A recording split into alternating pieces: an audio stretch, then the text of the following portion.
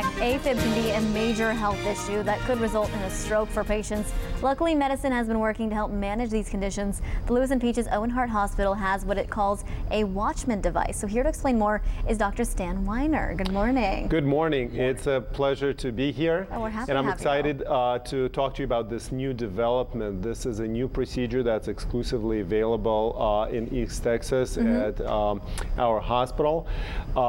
It addresses a significant problem in the management of patients with atrial fibrillation. It's this condition is associated with a high risk of stroke.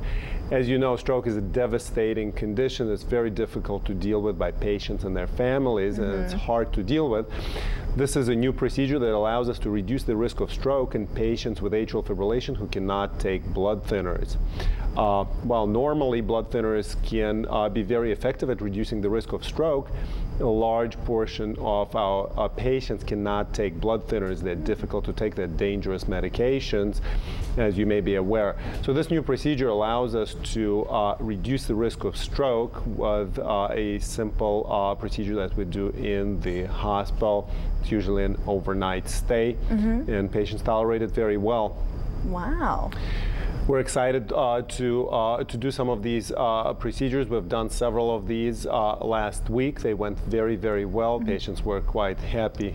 That's awesome. So the AFib process, what can happen in the event of an AFib? Is that what outside of a stroke?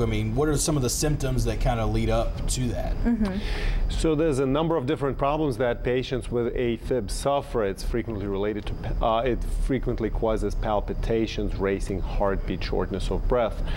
But one of the problems that's common in AFib is that it tends to be one of the major drivers of stroke that may be associated with symptoms, or it may be completely silent. Patients with atrial fibrillation who don't have any other symptoms frequently develop strokes, and once you get a stroke, it's very hard to treat.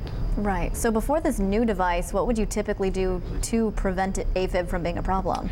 Prior to the availability of this device, we would treat patients with blood thinners, which are very effective at managing this type of a condition, but they're associated with a high rate of side effects and complications. It causes people to bleed. People who are unstable on their feet, older people tend to have trouble tolerating these medicines. So in those types of situations, we would frequently say, there's nothing we can do, let's kind of wait and see what happens. But unfortunately, we saw a large number of these patients come into the hospital with strokes, and frequently disabling strokes. Okay. And where does this device get placed when you do the operation? The device is looks like a little umbrella. It's a filter that is implanted inside the heart. It's placed in the left atrial appendage. It's a portion of the heart that tends to form blood clots and causes the blood clots and the strokes in the setting of atrial fibrillation. It's implanted through a procedure in the cardiac catheterization laboratory, where we put a small wire through the blood vessels in the leg into the heart, position the device in place, make sure it's going to be stable, and implant it. It takes about an hour to implant the procedure. We usually put patients to sleep for the procedure so they can tolerate it very well. It's a fairly short procedure and typically works quite well.